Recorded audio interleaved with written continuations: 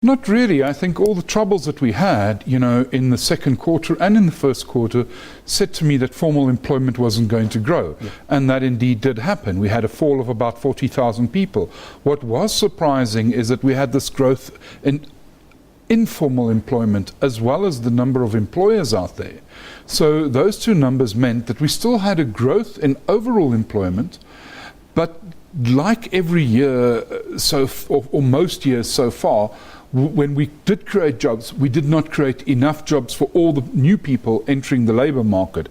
So to sum it up, we had basically 160,000 people that entered the labor market. We created jobs for 40,000 of them. Correct. The other 120,000 are either not employed or they're things like students or housewives and so on, but we are just not creating the jobs that we need to create. And that's been the story for quite a while. Last year was a bit of an exception, so year on year we had a 400,000 increase, but to put that into perspective, we actually needed to create 600,000 jobs. So it did lift the amount of people working, there's no doubt, and the percentage of people working, but it didn't make a big dent in the unemployment rate at all. I looked at the stats and perhaps my eyes just fell on one figure: 93,000 jobs lost in the manufacturing sector compared to the same period last year.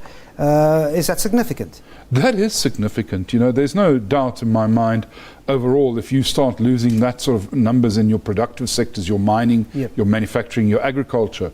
It was also noticeable that mining had a bit of a loss of 5,000. There was also a bit of a loss, I can't remember the exact detail, in agriculture. So that is of concern because we can't all be shopkeepers. We need somebody to make the stuff on the shelves, So ultimately, that's where we're seeing the hemorrhage of all the strike action. So I think, overall, it's a fair reflection, and it is quite clear that people are now entering the informal market, which is more survivalist in nature, to make ends meet.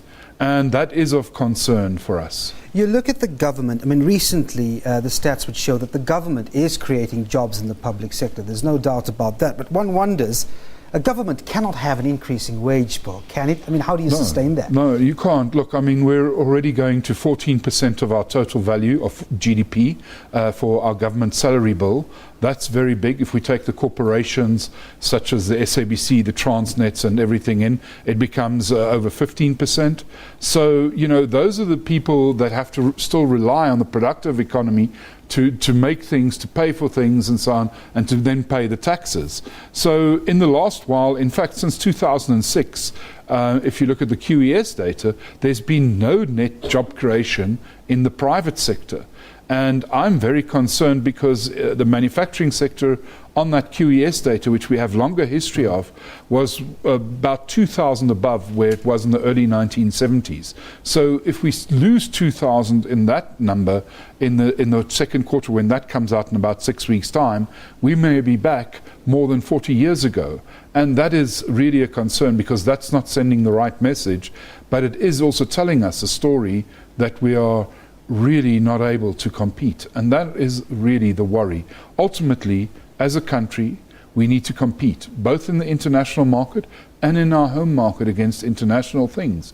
Because otherwise, all the policies that we put in the table, the IPAPs, the ALGOA, trying to make use of it, are not bearing fruit. Let's talk about those remedies. The National Development Plan, do you think it's starting to show visibility? If not, why? It holds the promise for job creation. Well, I don't know what happened with that plan. I think in the run-up to the elections, it seems to have disappeared. And I hope that Mr. Ramaphosa and the Deputy President can resurrect it somehow in the implementation. We hear a lot of talk, but the implementation side is certainly lacking. And I also think that the strikes have diverted our attention, and the policymakers' attention, to be fair, away from the sort of plans. We've been trying to fight fires, felt fires all over the place, so we haven't put the big picture into perspective. And for example, if we don't get the ALGOA extension, which we're depending on American Congress to give us, we may see a lot of the motor manufacturers disappear out of South Africa. That is a real concern that I have, because if it isn't for that tax-free access, it is a problem. Unfortunately, we're going to have to leave it there. Mike Schussler from economist.co.za, thanks indeed.